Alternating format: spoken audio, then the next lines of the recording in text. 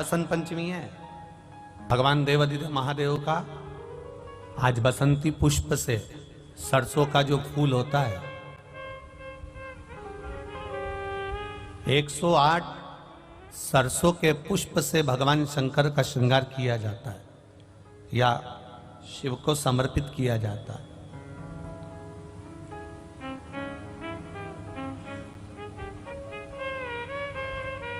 अगर डॉक्टर बोल भी देता है कि ऐसा लग रहा है कि कोई बड़ी बीमारी आने वाली है, शरीर में कोई ऐसा रोग आने वाला है कि ये बहुत बड़ा रहेगा, हम उनको हमेशा कहते आए हैं कि प्रयास करना कि बसंत पंचमी के दिन सरसों के फूल 108 शंकर भगवान को चढ़ जाएं, उसके बाद जांच करवाना प्रारंभ करो, बड़ी बीमारी नहीं आएगी, बाबा उसको टाल ही देगा। उसका नाम महामृत्युंजय है, उसका नाम ही महामृत्युंजय। और हमने पहले भी बैतूल की कथा में कहा था कि सरसों का जो पुष्प होता है, कोई आप कार्य करने के लिए जा रहे हो, कोई ठेकेदारी करने के लिए जा रहे हो, उसमें भी सरसों का पुष्प देवाधिदेव महादेव के लिए बहुत प्रबल होता है, बहुत प्रबल। के भ्रमण का समय भी है ब्रह्म मुहूर्त। आज भी हमारे यहाँ के बुजुर्ग कहते हैं जरा पढ़ने के लिए सुबह उठा कर, बोलते कि नहीं बोलते? कहते हैं। तो बच्चे कहते हैं मम्मी सोने दो ना, पर माता पिता को मालूम है सरस्वती के भ्रमण का समय है ब्रह्म मुहूर्त, और ब्रह्म मुहूर्त के बाद में सरस्वती महाराज पितरों का समय जब 10:30 का आता है, उस समय तक सरस्वती नित्य स्मरण में भ्रमण पर निकलती है। सुबह ब्रह्म मुहूर्त से लेकर सुबह 10:30 बजे तक बच्चा जिस चीज को पढ़ेगा वो भूल नहीं सकता, ये पक्की गारंटी है। इसलिए स्कूलों का जो समय होता था वो सुबह का होता था, स्कूलों का समय दिन का नहीं होता था। आज बसंत पंचमी है इसलिए तो थोड़ा ज्ञात आ गया।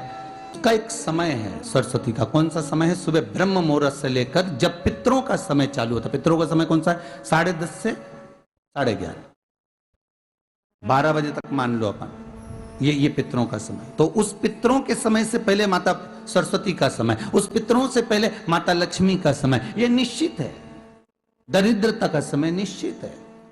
तो माता अपने बच्चों को कहती है सुबह हो गई चलो उठाओ, सुबह सुबह पढ़ लोगे तो याद रहेगा। माँ भी कहती है, पिता भी कहते हैं, क्योंकि माता पिता को ये ज्ञात है कि सुबह का समय ब्रह्म मुहूर्त का समय सरस्वती का होता है। उठाओ, याद करो। उठाया गया, बच्चों को पढ़ाया गया। सुबह का जो समय महाराज, एक आजी का दिन है, बसंत पंचमी का दिन महाराज, सरस्वती का दिन, जिस दिन जो बच्चा पढ़ने में कमजोर होता है उसके हाथ से बसंत पंचमी के दिन सरसों के 31 फूल शंकर जी को चढ़ा दिए जाते हैं, तो बच्चा पढ़ने में अव्वल निकल जाता है। उसके बच्चे को कभी नहीं कह सकते कि पढ़ने बैठ, वो खुद बैठेगा। केवल आज बसंत पंचमी का दिन, एक ही दिन चढ़ता है। और बाकी के सरसों के फूल आपको मालूम है कि रोग मुक्ति के लिए तो होते ही हैं। ये तो आपको पहले भी वर्णन किया महाराज कि जब कोई एकदम रोग आ जाए और डॉक्टर एकदम बोल दे कि ये रोग भारी आ गया है और इसकी जांचें जाएंगी और फिर ये कुछ भी हो सकता है, तो क्या करा जाता था कि 108 सरसों के फूल लाकर तुरंत शंकर भगवान को चढ़ाए जाते थे महाराज। तो चढ़ाने के बाद में रिपोर्ट अच्छी आती है। ऐसा नियम है। कहीं ठेका, कोई ठेकेदारी करते हैं ना, जो ठेका भरते हैं कि भाई मेरा टेंडर आना चाहिए, मेरा ये काम होना चाहिए, मेरी मल्टी बनना चाहिए, या मेरा ये काम के लिए जाना हूं, ये काम फतेह होना चाहिए, उसके सबके हाथ पैर जोड़ने से अच्छा है एक काम करो, बस 108 सरसों के फूल उठाओ, शंकर जी का उद्धूतेश्वर महादेव का नाम लिखो और छोड़ दो, शिव जी के ऊपर एक एक कर चढ़ा दो, वो ठेका तुम्हें ही मिलेगा, वो काम तुम्हारे पास ही आएगा। बस केवल अवधूतेश्वर मां, अर्थात ये जो क्रम है, ये वो क्रम तो 108 सरसों के फूल का आप कभी भी कर सकते हो, पर जो ये बच्चों के लिए किया जाता है वो केवल बसंत पंचमी के दिन ही होता है महाराज। आज ही के सरसों का पुष्प समर्पित किया भगवान शिव, आनंद की राशि है हमारी। सरस्वती सुबह ब्रह्म मुहूर्त में निकली,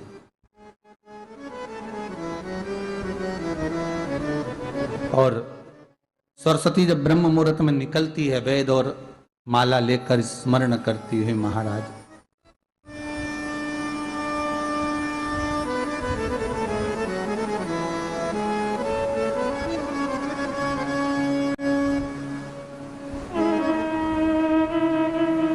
भ्रमण करती करती शारदा सरस्वती जब निकली,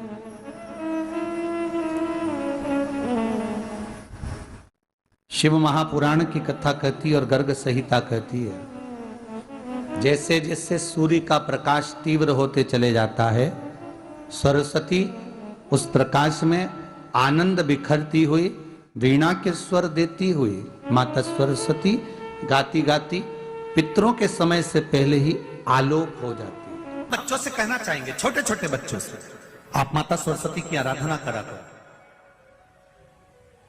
मेरे बच्चों से निवेदन है, कभी जिंदगी में अगर मौका मिल जाए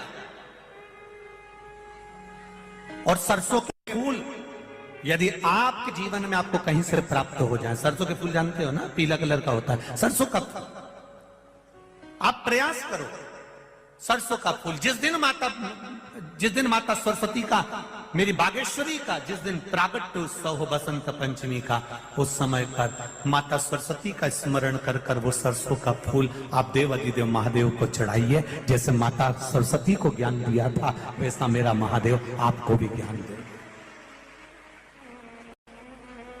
वो सरसों का फूल आप देव अधिदेव महादेव को समर्पित करें।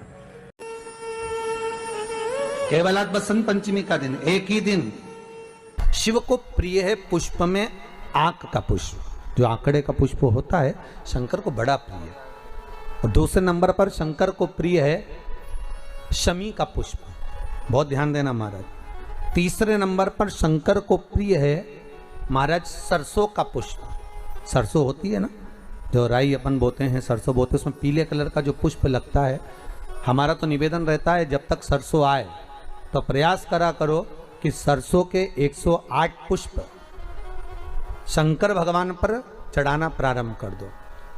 महाराज ये पक्का है कि वर्ष भर कोई बड़ी बीमारी आपको घेर नहीं सकती अगर सरसों के फूल शिव को चढ़ रहे हैं तो।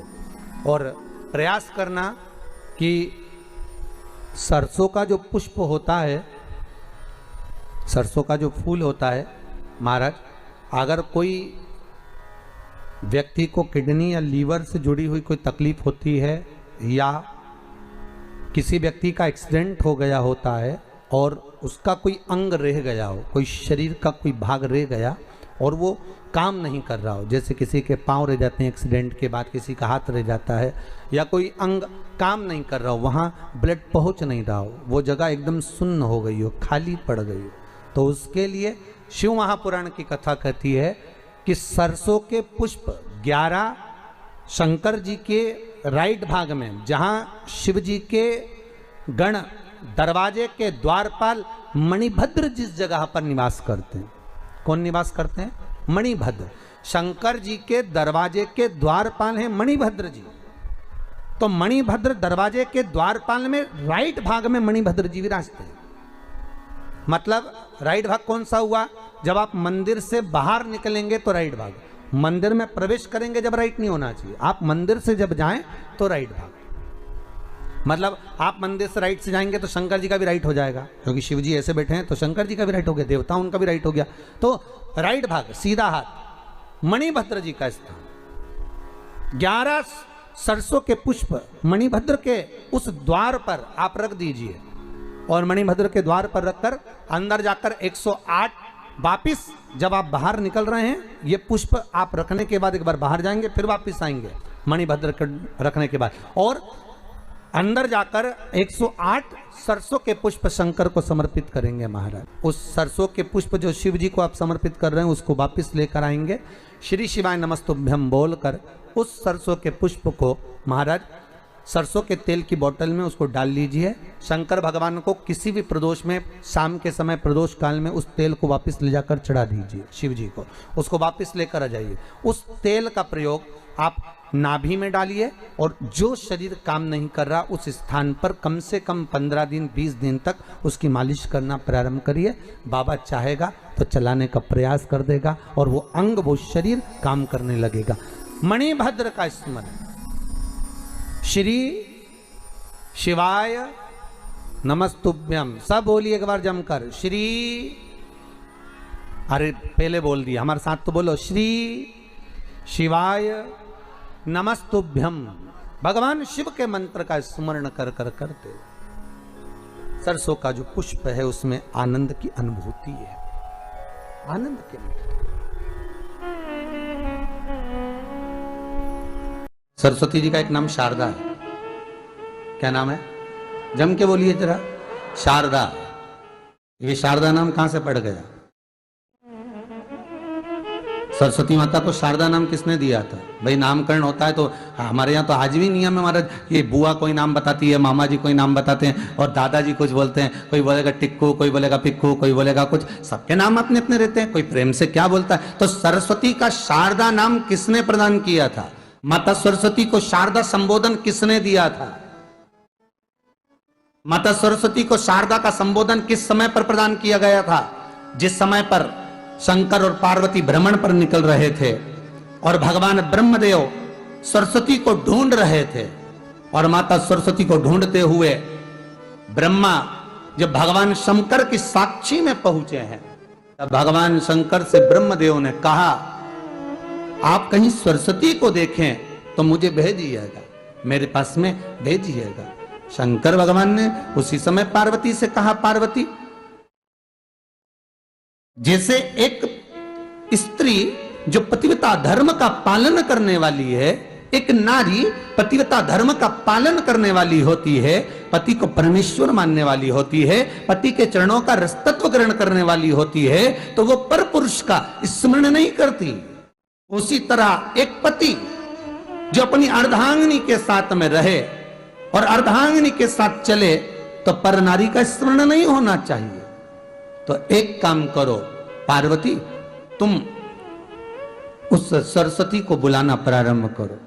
अब पार्वती जी ने कहा, सरस्वती तो मेरी बहन जैसी है, सरस्वती तो मेरी सखी जैसी है, अब मैं उसको अगर बुलाऊं, आवाज दूं, अच्छा नहीं लगेगा। तो माता पार्वती जब ढूंढते ढूंढते ढूंढते ढूंढते शंकर भगवान के साथ में भ्रमण करती करती पहुंची तो क्या देखती हैं माता पार्वती कि एक सरोवर के पास में माता सरस्वती बैठकर सरोवर में अपना मुखाग्रविंद देख रही थी। श्वेत वस्त्र था मेरा माँ का और बड़ी सुंदर गले में माला पहन रखी थी माता सरस्वती ने, और एक सरोवर में माता सरस्वती अपने मुख को जब निहार रही हैं, उस दर्पण के भाव में अपने प्रतिबिंब को देख रही हैं, तब उस समय पर माता पार्वती ने कहा,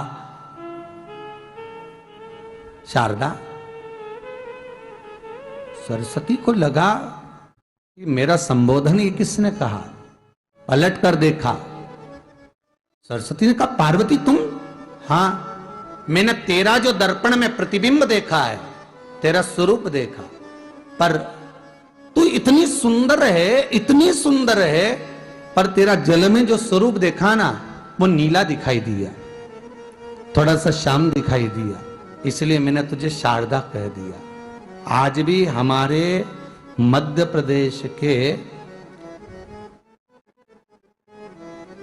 कटनी और सतना के बीच में महियर में आज भी शारदा भवानी विराजमान है महाराज।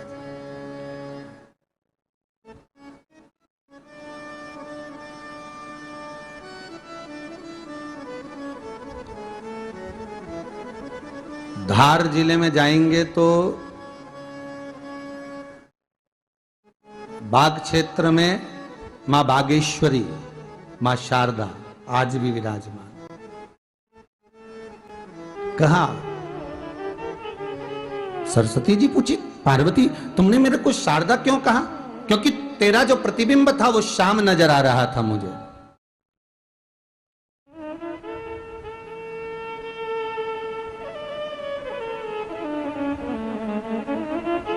उस प्रतिबिंब को देखकर मैंने तुझे शारदा का संबोधन दिया।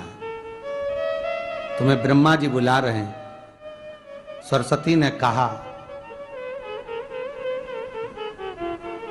पार्वती मैया, दीदी आपने मुझे जो नाम दिया है, जगत के लोग, संसार के लोग मुझे इस नाम से जब पुकारेंगे तो ये शारदा, ये सरस्वती स्वयं उसके कंठ पर, उसके मस्तिष्क पर सदा विराजमान रहेगी, ये शारदा बनकर। इसलिए हमारे स्कूलों में, हमारे काव्य ग्रंथों में, हमारे जो कविगण रात्रि को जो काव्य पाठ करते हैं, कविता का स्मरण करते हैं, वो सरस्वती की वंदना नहीं करते, हे शारदे मां, शारदा की वंदना करते।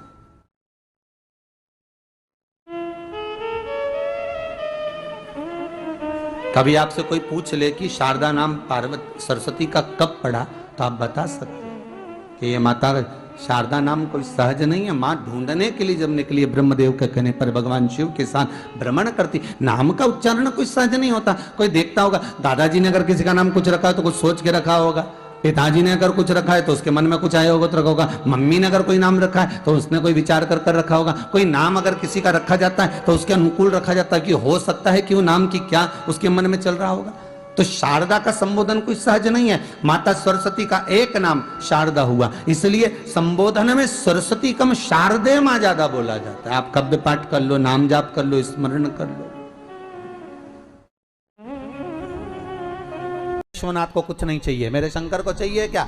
अगर आपके जीवन में ऐसा लगे कि बहुत बड़ी बीमारी आ गई और आपके घर का व्यक्ति वेंटिलेटर पर पड़ा हुआ है, तो शमी के वृक्ष के फूल ले आओ 7, और शमी के वृक्ष के 7 फूल लाकर एक एक फूल शंकर भगवान को श्री शिवाय नमस्तुभ्यम कहकर उस व्यक्ति के लिए जो पड़ा हुआ है, अंतिम सांसें गिन रहा है, जिसको अटैक आ गया, अंतिम सांसों में जो गिन रहा है, उसके नाम से भगवान शंकर पर चढ़ाना प्रारंभ कर दो। मात्र 7 पुष्प, उस शमी के वृक्ष के 7 पुष्प आप शिव को समर्पित करिए, उसका नाम और गोत्र बोलकर, और भगवान शंकर का मूल मंत्र श्री शिवाय, जम के बोलिए श्री शिवाय नमस्तुभ्यम बोलकर एक एक शमी का फूल शंकर पर चढ़ाना प्रारंभ कर दो।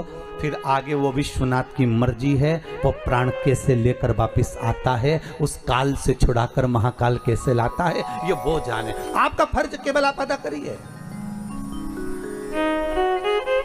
जब अंत में डॉक्टर भी हार जाते हैं, जब अंत में डॉक्टर भी कह देते हैं कि अब हमारे बस का नहीं है, अब तो उस परमात्मा के हाथ में, मतलब डॉक्टर को भी मालूम है कि एक और डॉक्टर बैठा हुआ, एक डॉक्टर और है, वो बस वो थोड़ा सा दूर तो रहता है पर करीब भी बहुत है। कई लोग कहते हैं गुरुजी वो कैलाश पर रहता है बहुत, तो उनको बुलाएंगे तो आएंगे। हमने कहा कैलाश पर तो रहता ही नहीं है, जहाँ भक्त है वहाँ भगवान, वो दूर तो रहता ही नहीं। आप तो बस केवल उसको बुलाने का प्रयास करिए, आप दिल से बस उसको हाजिर, वो दिल से बुलाओ तो उसको।